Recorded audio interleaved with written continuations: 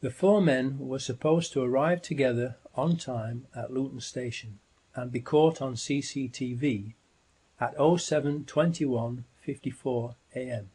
entering the station, but three of them are not on the same video frames as Hasib Hussain, so have to be inserted later using computer software. Hence the obviously and very badly doctored official single frame time-stamped photo that we have been shown from the CCTV outside Luton Station. They can't show them moving because it has been faked. That's why they show only one single frame still photo. Why did the authorities have to fake this photo?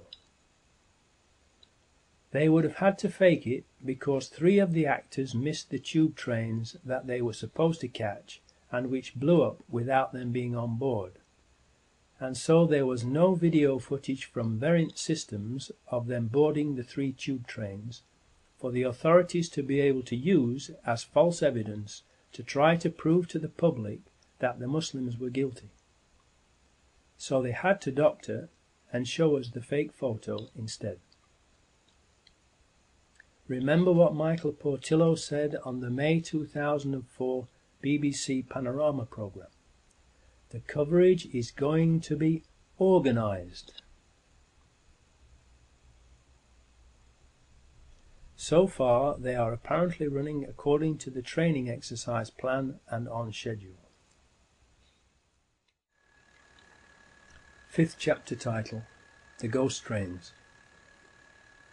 Unfortunately for the people who have organised the event, the train that the four Muslim actors are supposed to catch, the 07:40 a.m. train to King's Cross Thameslink, has been cancelled, and the next one too, so they cannot possibly make it in time to catch the tube trains that they were supposed to catch as part of the training exercise.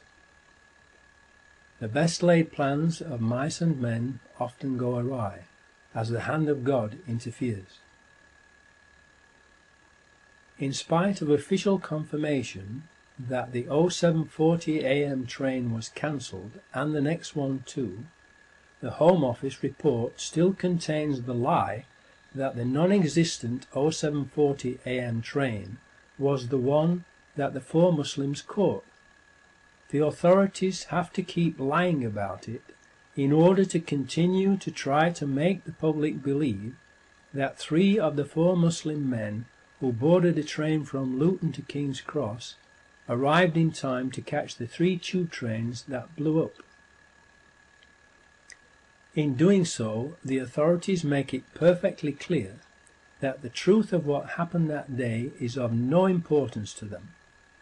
It is obvious from their actions that the only thing that is important to the authorities is to make us believe what they had already planned to make us believe, even when the facts prove it to be a lie.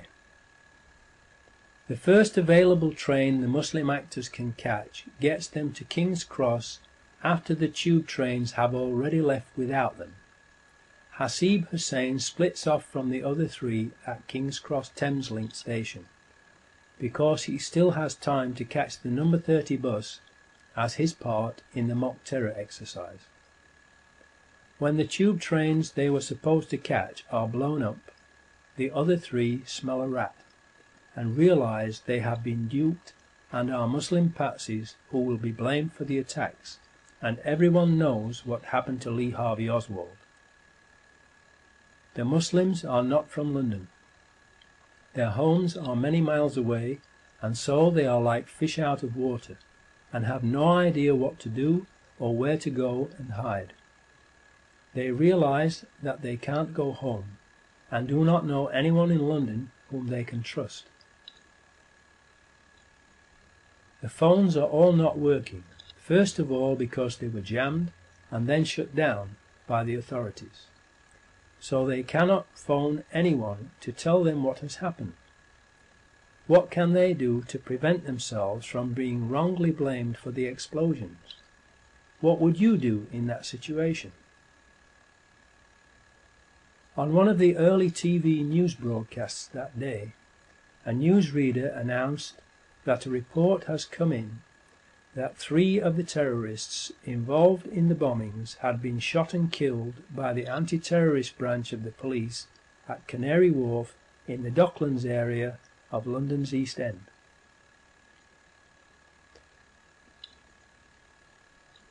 The announcement was made only once and never repeated, for obvious reasons. How could suicide bombers possibly have survived the tube train bombings and then been in the Docklands to be shot? In a New Zealand Herald newspaper article, it says that 2 people were shot dead outside the HSBC building, and in Canada's Globe and Mail newspaper, only 1. There is another newspaper report that the police shot a suicide bomber outside the Credit Suisse First Boston Bank, which is approximately 1,400 feet or 467 yards away from the HSBC building, measured door to door. The 2 buildings are very different in both shape and size, and 467 yards apart, and thus they are not easily confused with each other. Police were yesterday probing reports a man had been neutralized outside Canary Wharf. It is believed the man was shot dead by police marksmen outside the Credit Suisse First Boston Bank, South London Press. That means that the police shot and killed at least 3 suicide bombers in Canary Wharf on 7/7/2005. How could suicide bombers, who were supposed to have blown themselves up on the 3 tube trains, have survived and been shot dead at Canary Wharf? If we have at least 3 of the 4 suicide bombers shot dead at Canary Wharf, and we know they weren't on the tube trains that blew up, because the 07:40 AM train from Luton to King's Cross was cancelled that day, then we have overwhelming proof that they did not blow the tube trains up, and that the blowing up of the 3 tube trains was an inside job. At the Canary Wharf Docklands site there are media companies for the Muslim patsies to have told their story to and cleared their names if they could, and 2 possible escape routes: via air from the nearby London City Airport that has flights to 34 destinations in the UK and Europe, and, if they couldn't fly out, there was the possibility of getting a boat across the Channel to France. 6th chapter title: The number 30 bus. The 4th Muslim backpacker, Hasib Hussain, who has been blamed for the number 30 bus bombing, is reported to have been seen wandering around London, going into McDonald's and eating a beef burger.